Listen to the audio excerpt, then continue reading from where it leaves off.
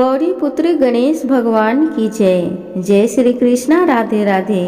प्रिय भक्तगणों, आप सबका एक बार फिर से आपका अपने YouTube चैनल पुष्पा शर्मा हिंदी कहानियाँ में तहे दिल से स्वागत है। आज मैं आप सबको बुधवार की व्रत कथा को श्रवण कराऊंगी।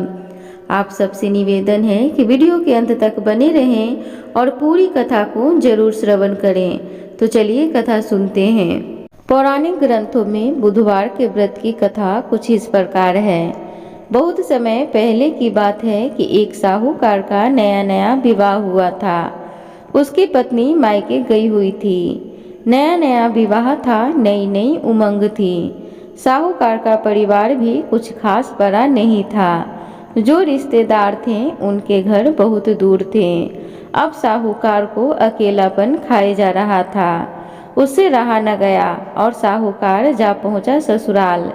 साहूकार की बड़ी आवभगत हुई, लेकिन ससुराल में तो अपनी पत्नी से खुलकर बात करना दूर था, सूरत देखना तक मुश्किल हो रहा था।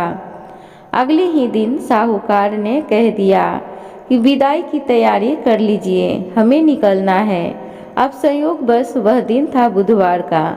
सास ससुर ने समझाने का प्रयास किया कि बेटा, आज बुधवार का दिन है, इस दिन बेटी की विदाई नहीं करने का रिवाज है। बेटी की विदाई क्या किसी भी शुभ कार्य के लिए यात्रा पर जाना बुधवार के दिन शुभ नहीं माना जाता। लेकिन साहूकार नहीं माना।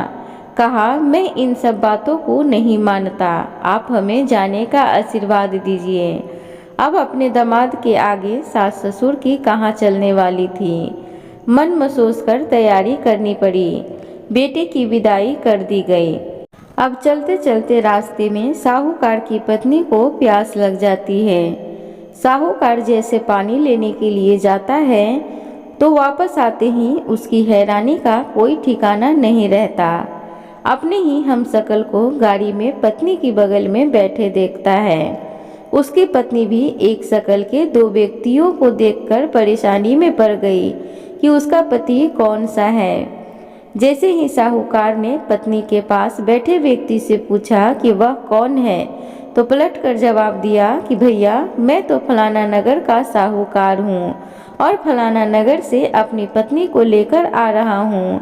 तुम बताओ, तुम कौन हो जो मेरा भेष धरकर यहाँ पर कबाब में हड्डी बनने के लिए आधम के हो। ऐसे बहसबाजी करते करते दोनों में झगड़ा बढ़ गया। झगड़े को देखते हुए राज्य के सिपाही वहां पर आ पहुंचे और साहूकार को पकड़ लिया। अब सिपाही भी चक्कर में कि दोनों की शक्ल तो एक समान है। उन्होंने साहूकार की पत्नी से पूछा कि उसका पति इनमें से कौन सा है। वह बेचारी क्या जवाब देती। तब साहूकार ने हाथ जोड़ लिए और भगवान से विनती करने लगा कि हे भगवान, यह आपकी क्या माया है। तभी आकाशवाणी हुई कि मूर्ख, याद कर, कुछ देर पहले ही तूने अपने सास ससुर की आज्ञा न मानकर भगवान बुद्ध का अपमान किया और बुधवार के दिन तू अपनी पत्नी को लेकर चल पड़ा, जबकि तुझे इस दिन गमन नहीं करना चाहिए था। यह स्वयं बुद्ध देव हैं जो तुम्हें सबक सिखाने के लिए तुम्हारे वेश में हैं। तब साहूकार ने कान पकड़कर माफी मांगी और आगे से कभी भी ऐसा न करने का वचन किया और बुधवार को नियम पूर्वक व्रत पालन करने का संकल्प किया। तब जाकर साहूकार के रूप में प्रकट हुए बुद्ध देवता अंतर्ध्यान हुए और साहूकार अपनी पत्नी को लेकर घर जा सका। इस घटना के पश्चात साहूकार और उसकी पत्नी दोनों नियमित रूप से बुधवार का व्रत पालन करने लगे। मान्यता है कि जो भी व्यक्ति इस कथा को कहता है या सुनता है या फिर पढ़ता है, उसे बुधवार के दिन यात्रा करने से किसी तरह का दोष नहीं लगता और समस्त सुखों की प्राप्ति होती है। बुध ग्रह की शांति और सर्व सुख के इच्छुक स्त्री पुरुष बुधवार के इस व्रत को कर सकते हैं। ज्ञान, बुद्धि, कार्य, व्यापार आदि में उन्नति के लिए भी बुधवार का व्रत बेहद शुभ और फलदायी माना जाता है। बुधवार के दिन बुध देवता के साथ साथ भगवान श्री गणेश जी की पूजा का विधान भी है। धार्मिक मान्यताओं के अनुसार विघ्न विनाशक गणेश जी को लाल रंग बहुत प्रिय है। ऐसे में आप उनको लाल रंग के फूल चढ़ा सकते हैं। उनकी पूजा में आपको गुड़हल का लाल फूल या गुलाब का लाल फूल अर्पित करना चाहिए। इसके अलावा आप उन्हें गेंदे का फूल भी अर्पित कर सकते हैं। तो एक बार प्रेम से बोलिए गणपति महाराज की जय। प्रिय भक्तगणों, तो अब हम सब गणेश जी की कथा को बड़े ही श्रद्धा भाव के साथ श्रवण करेंगे। तो चलिए गणपति महाराज की कथा को सुनते हैं। एक बार देवता कई विपदाओं से घिरे थे। तब वह मदद मांगने भगवान शिव के पास आए। उस समय शिव के साथ कार्तिकेय तथा गणेश जी भी बैठे थे। देवताओं की बात सुनकर शिव जी ने कार्तिकेय व गणेश जी से पूछा कि तुम में से कौन देवताओं के कष्टों का निवारण कर सकता है। तब कार्तिकेय व गणेश जी दोनों ने ही स्वयं को इस कार्य के लिए सक्षम बताया। इस पर भगवान शिव ने दोनों की परीक्षा लेते हुए कहा कि तुम दोनों में से जो सबसे पहले पृथ्वी की परिक्रमा करके आएगा वही देवताओं की मदद करने जाएगा। भगवान शिव के मुख से यह वचन सुनते ही कार्तिकेय अपने वाहन मोर पर बैठकर पृथ्वी की परिक्रमा के लिए निकल गए। परंतु गणेश जी सोच में पड़ गए कि वह चूहे के ऊपर चढ़कर सारी पृथ्वी की परिक्रमा करेंगे तो इस कार्य में उन्हें बहुत समय लग जाएगा। तभी उन्हें एक उपाय सूझा। गणेश अपने स्थान से उठे और अपने माता पिता की 7 बार परिक्रमा करके वापस बैठ गए। परिक्रमा करके लौटने पर कार्तिकेय स्वयं को विजेता बताने लगे। तब शिव जी ने श्री गणेश से पृथ्वी की परिक्रमा न करने का कारण पूछा। तब गणेश जी ने कहा, माता पिता के चरणों में ही समस्त लोक हैं। यह सुनकर भगवान शिव ने गणेश जी को देवताओं के संकट दूर करने की आज्ञा दी। इस प्रकार भगवान शिव ने गणेश जी को आशीर्वाद दिया कि चतुर्थी के दिन जो तुम्हारा पूजन करेगा और रात्रि में चंद्रमा को अर्घ्य देगा उसके तीनों ताप यानी दैहिक ताप, दैविक ताप तथा भौतिक ताप दूर होंगे। इस व्रत को करने से व्रतधारी के सभी तरह के दुख दूर होंगे और उसके जीवन में भौतिक सुखों की प्राप्ति होगी। चारों तरफ से मनुष्य की सुख समृद्धि बढ़ेगी। पुत्र पौत्र आदि धन ऐश्वर्य की कमी नहीं होगी। तो इस प्रकार गणपति महाराज की प्रथम कथा थी। अब हम सब दूसरी कथा को बड़े ही श्रद्धा भाव के साथ श्रवण करेंगे। तो चलिए कथा को सुनते हैं। एक समय की बात है, राजा हरिश्चंद्र के राज्य में एक कुम्हार था। वह मिट्टी के बर्तन बनाता, लेकिन वे कच्चे रह जाते थे। एक पुजारी की सलाह पर उसने इस समस्या को दूर करने के लिए एक छोटे बालक को मिट्टी के बर्तनों के साथ आवा में डाल दिया। उस दिन संकटी चतुर्थी का दिन था। उस बच्चे की माँ अपने बेटे के लिए बहुत ही परेशान हो रही थी। उसने गणेश जी से अपने बेटे की कुशलता की प्रार्थना की। दूसरे दिन जब कुम्हार ने सुबह उठकर देखा तो आवा में उसके बर्तन तो पक गए थे, लेकिन बच्चे का बाल बांका भी नहीं हुआ था। वह डर गया और राजा के दरबार में जाकर सारी घटना बताई। इसके बाद राजा ने उस बच्चे और उसकी माँ को बुलवाया तो माँ ने सभी तरह के विघ्न को दूर करने वाली संकटी चतुर्थी का वर्णन किया। इस घटना के बाद से महिलाएं संतान और परिवार के सौभाग्य के लिए संकट चौथ व्रत का व्रत करने लगी। एक बार बोलिए गणपति महाराज की जय। प्रिय भक्तगणों, तो अब हम सब गणपति महाराज की तीसरी कथा को बड़े ही श्रद्धा भाव के साथ श्रवण करेंगे। तो चलिए कथा को सुनते हैं। एक समय की बात है कि विष्णु भगवान का विवाह लक्ष्मी जी के साथ निश्चित हो गया। विवाह की तैयारी होने लगी। सभी देवताओं को निमंत्रण भेजे गए, परंतु गणेश जी को निमंत्रण नहीं दिया गया। कारण जो भी रहा हो, अब भगवान विष्णु की बारात जाने का समय आ गया। सभी देवता अपनी पत्नियों के साथ विवाह समारोह में आए। उन सब ने देखा कि श्री गणेश जी कहीं दिखाई नहीं दे रहे हैं। तब वे आपस में चर्चा करने लगे कि क्या गणेश जी को न्योता नहीं है या स्वयं गणेश जी नहीं आए। सभी को इस बात पर आश्चर्य होने लगा। तभी सबने विचार किया कि विष्णु भगवान से ही इसका कारण पूछा जाए। विष्णु भगवान से पूछने पर उन्होंने कहा कि हमने गणेश जी के पिता भोलेनाथ महादेव को न्योता भेजा है। यदि गणेश जी अपने पिता के साथ आना चाहते हो तो आ जाते। अलग से न्योता देने की कोई आवश्यकता भी नहीं थी। दूसरी बात यह है कि उनको 1.25 मन मूंग, 1.25 मन चावल, 1.25 मन घी और 1.25 मन लड्डू का भोजन दिन भर में चाहिए। यदि गणेश जी नहीं आएंगे तो कोई बात नहीं, दूसरे के घर जाकर इतना सारा खाना पीना अच्छा भी तो नहीं लगता। इतनी वार्ता कर ही रहे थे कि किसी ने एक सुझाव दिया। यदि गणेश जी आ भी जाएं तो उनको द्वारपाल बनाकर बैठा देंगे कि आप घर की याद रखना। आप तो चूहे पर बैठकर धीरे धीरे चलोगे तो बारात में बहुत पीछे रह जाओगे। यह सुझाव भी सबको पसंद आ गया तो विष्णु भगवान ने भी अपनी सहमति दे दी। होना क्या था कि इतने में गणेश जी वहां आ पहुँचे और उन्हें समझा बुझाकर घर की रखवाली करने के लिए बैठा दिया गया। बारात चल दी। तब नारद जी ने देखा कि गणेश जी तो दरवाजे पर ही बैठे हुए हैं, तो वे गणेश जी के पास गए और रुकने का कारण पूछा।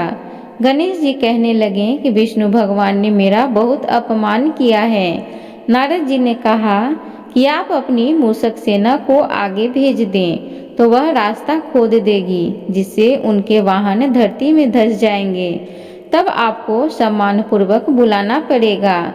तब तो गणेश जी ने अपनी मूषक सेना जल्दी से आगे भेज दी और सेना ने जमीन पोली कर दी। जब बारात वहां से निकली तो रथों के पहिए धरती में धंस गए। लाख कोशिश करें परंतु पहिए नहीं निकले। सभी ने अपने अपने उपाय किए परंतु पहिए तो नहीं निकले, बल्कि जगह जगह से टूट गए। किसी की समझ में नहीं आ रहा था कि अब क्या किया जाए। तब तो नारद जी ने कहा, आप लोगों ने गणेश जी का अपमान करके अच्छा नहीं किया। यदि उन्हें मनाकर लाया जाए तो आपका कार्य सिद्ध हो सकता है और यह संकट टल सकता है। और वे गणेश जी को लेकर आए। गणेश जी का आदर सम्मान के साथ पूजन किया। तब कहीं रथ के पहिए निकले। अब रथ के पहिए निकल तो गए परंतु वे टूट फूट गए, तो उन्हें सुधारे कौन। पास के खेत में खाती काम कर रहा था, उसे बुलाया गया। खाती अपना कार्य करने से पहले श्री गणेशाय नमः कहकर श्री गणेश जी की वंदना मन ही मन करने लगा। देखते ही देखते खाती ने सभी पहियों को ठीक कर दिया। तब खाती कहने लगा कि हे देवताओं, आपने सर्वप्रथम श्री गणेश जी को नहीं मनाया होगा और न ही उनकी पूजन की होगी, इसलिए तो यह आपके साथ यह संकट आया है। हम तो मूर्ख अज्ञानी हैं, फिर भी पहले श्री गणेश जी को पूजते हैं, उनका ध्यान करते हैं। आप लोग तो देवता गण हैं, फिर भी आप गणेश जी को कैसे भूल गए। अब आप लोग भगवान श्री गणेश जी की जय बोलकर जाएं, तो आपके सब काम बन जाएंगे और कोई संकट भी नहीं आएगा। ऐसा कहते हुए बारात वहां से चल दी और विष्णु भगवान का लक्ष्मी जी के साथ विवाह संपन्न करा के सभी सकुशल घर लौट आए। हे गणेश जी महाराज, आपने विष्णु जी को जैसा कारज साड़ियो ऐसो कारज सबको सिद्ध कर जो। बोलो गजानन भगवान की जय, मंगल मूर्ति की जय। प्रिय भक्तगणों, अब हम सब गणेश जी की चौथी कथा को बड़े ही प्रसन्न चित्त के साथ श्रवण करेंगे। तो चलिए कथा सुनते हैं। एक पौराणिक कथा के अनुसार एक बार भगवान शिव तथा माता पार्वती नर्मदा नदी के किनारे बैठे थे। वहां माता पार्वती ने भगवान शिव से समय व्यतीत करने के लिए चौपर खेलने को कहा।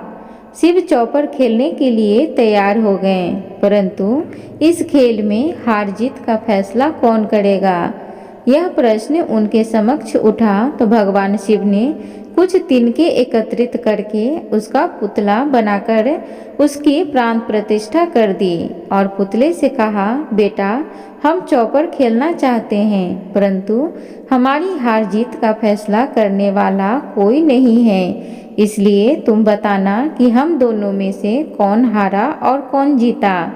उसके बाद भगवान शिव और माता पार्वती का चौपर खेल शुरू हो गया। यह खेल 3 बार खेला गया और संयोग से तीनों बार माता पार्वती ही जीत गईं। खेल समाप्त होने के बाद बालक से हार जीत का फैसला करने के लिए कहा गया, तो उस बालक ने महादेव को विजयी बताया। यह सुनकर माता पार्वती क्रोधित हो गईं और क्रोध में उन्होंने बालक को लंगड़ा होने, कीचड़ में पड़े रहने का श्राप दे दिया। बालक ने माता पार्वती से माफी मांगी और कहा, यह मुझसे अज्ञानतावश ऐसा हुआ है, मैंने किसी द्वेष भाव से ऐसा नहीं किया। बालक द्वारा क्षमा मांगने पर माता ने कहा, यहाँ गणेश पूजन के लिए नाग कन्याएं आएंगी, उनके कहे अनुसार तुम गणेश व्रत करो, ऐसा करने से तुम मुझे प्राप्त करोगे। यह कहकर माता पार्वती शिव के साथ कैलाश पर्वत पर चली गईं। 1 वर्ष के बाद उस स्थान पर नाग कन्याएं आईं। तब नाग कन्याओं से श्री गणेश के व्रत की विधि मालूम करने पर उस बालक ने 21 दिन लगातार गणेश जी का व्रत किया। उसकी श्रद्धा से गणेश जी प्रसन्न हुए। उन्होंने बालक को मनोवांछित फल मांगने के लिए कहा। उस पर उस बालक ने कहा, हे विनायक, मुझ में इतनी शक्ति दीजिए कि मैं अपने पैरों से चलकर अपने माता पिता के साथ कैलाश पर्वत पर पहुंच सकूं और वे यह देखकर प्रसन्न हों। तब बालक को वरदान देकर श्री गणेश अंतर ध्यान हो गए। इसके बाद वह बालक कैलाश पर्वत पर पहुंच गया और कैलाश पर्वत पर पहुंचने की अपनी कथा उसने भगवान शिव को सुनाई। चौपर वाले दिन से माता पार्वती शिव जी से विमुख हो गई थीं। अतः देवी के रुष्ट होने पर भगवान शिव ने भी बालक के बताए अनुसार 21 दिनों तक श्री गणेश का व्रत किया। इस व्रत के प्रभाव से माता पार्वती के मन में भगवान शिव के लिए जो नाराजगी थी वह समाप्त हो गई। तब यह व्रत विधि भगवान शंकर ने माता पार्वती को बताई। यह सुनकर माता पार्वती के मन में भी अपने पुत्र कार्तिकेय से मिलने की इच्छा जागृत हुई। तब माता पार्वती ने भी 21 दिन तक श्री गणेश का व्रत किया तथा दुर्वा फूल और लड्डुओं से गणेश जी का पूजन अर्चन किया। व्रत के 21वें दिन कार्तिकेय स्वयं माता पार्वती से मिलने आ गए। उस दिन से श्री गणेश चतुर्थी का यह व्रत समस्त मनोकामनाओं की पूर्ति करने वाला व्रत माना जाता है। इस व्रत को करने से मनुष्य के सारे कष्ट दूर होकर मनुष्य को समस्त सुख सुविधाएं प्राप्त होती हैं। एक बार प्रेम से बोलिए श्री गणपति महाराज की जय, मंगल मूर्ति की जय। प्रिय भक्तगणों, तो उम्मीद करूंगी आज की गणपति महाराज की कथा आप सबको अच्छी लगी हो, तो कृपया चैनल को लाइक शेयर सब्सक्राइब जरूर करें। कमेंट बॉक्स में जय गणपति महाराज जरूर लिखें। धन्यवाद।